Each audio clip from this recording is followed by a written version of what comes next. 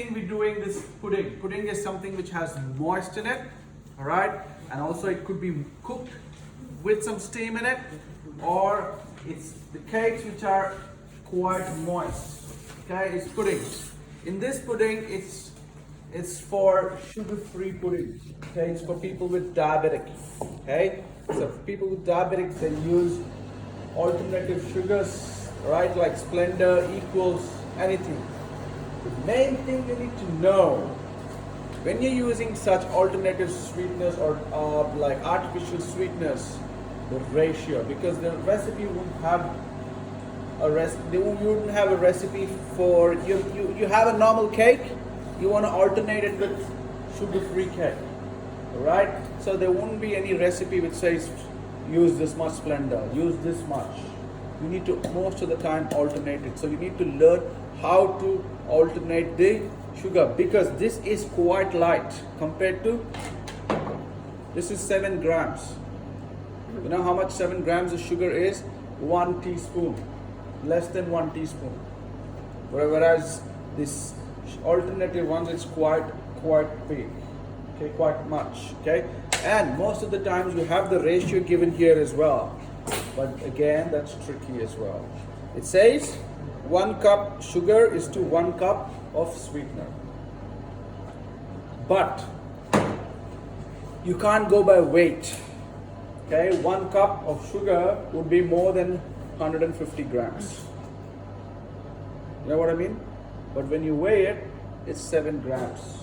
150 grams is to 7 grams. Or you weigh the sugar, you put it into a cup measurement, and you measure it, and then you add these sweeteners into it.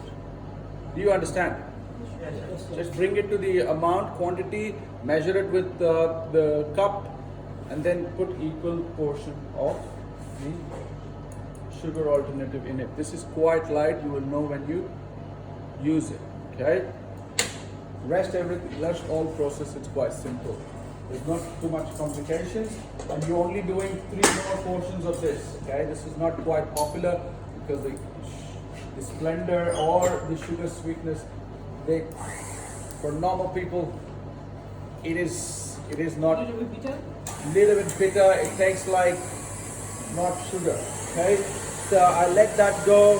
Take a whisk, Ian.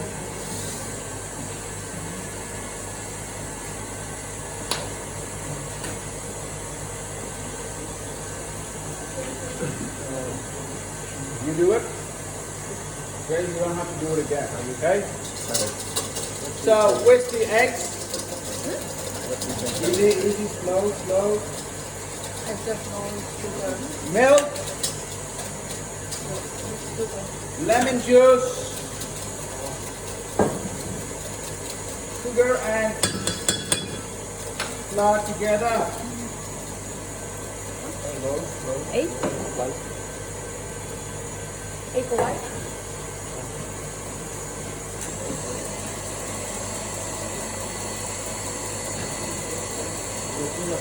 Get a black book, deeper one. Egg white. That's it. Egg white.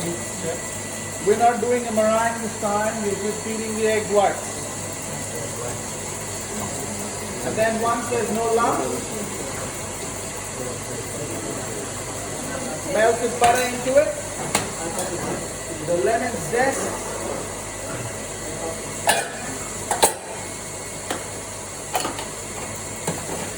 Okay.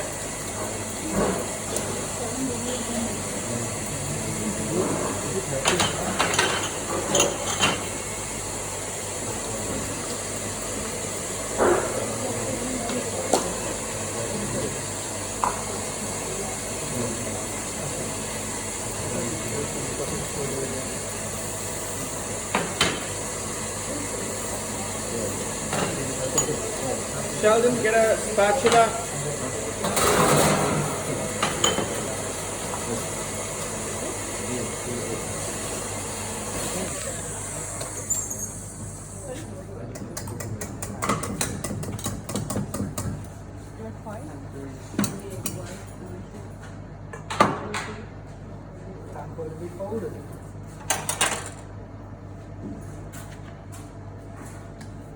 get a measuring jug.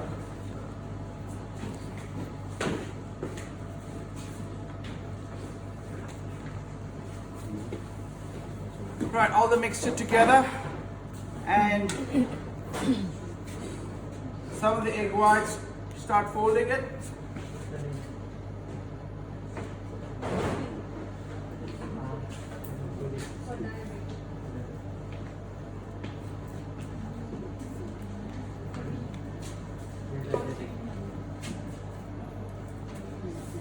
Okay, first you might have to let go of some of the air bubbles because you need the mixture, you need to make the mixture a bit fluffier. And then you use the other half to, yes, take the rest. Guys, this is not a complicated recipe, and to be honest, okay, only taste it once and that's it, right? The sugar one is okay, right? The Splendor one is what turns you off. yes. Don't mind artificial sugars when things like a cup of tea. Yes. That doesn't affect its flavour.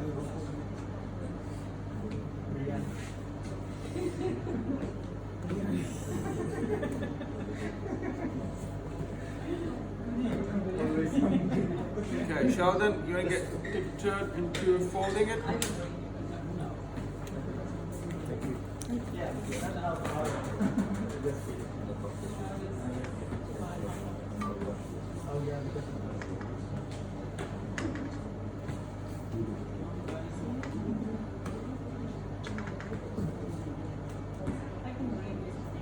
That's very different techniques. Done. Okay, so Sheldon, you can't do this. Okay, if you do this, it's gonna break. No sharp turns, and no big movements. Okay, no quick movements. Okay, so then the best is pouring the mixture. It'd be interesting to make Yorkshire puddings in here.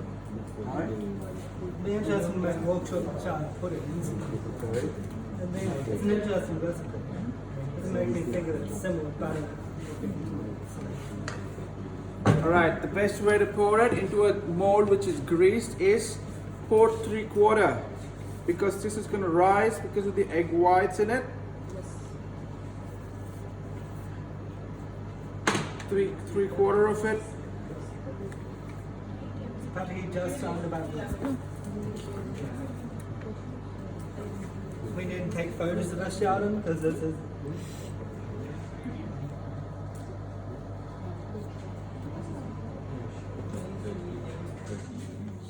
Right, I think you can make 2 more.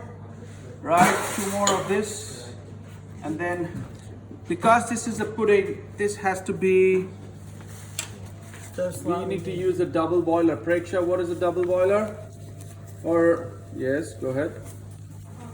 Or a bain-marie method. It's like pot full of hot water and from there the Ball is a bain-marie, double boiler. Or it could be, you can put these ramekins in the tray, and then we put at least half of water, not more than that.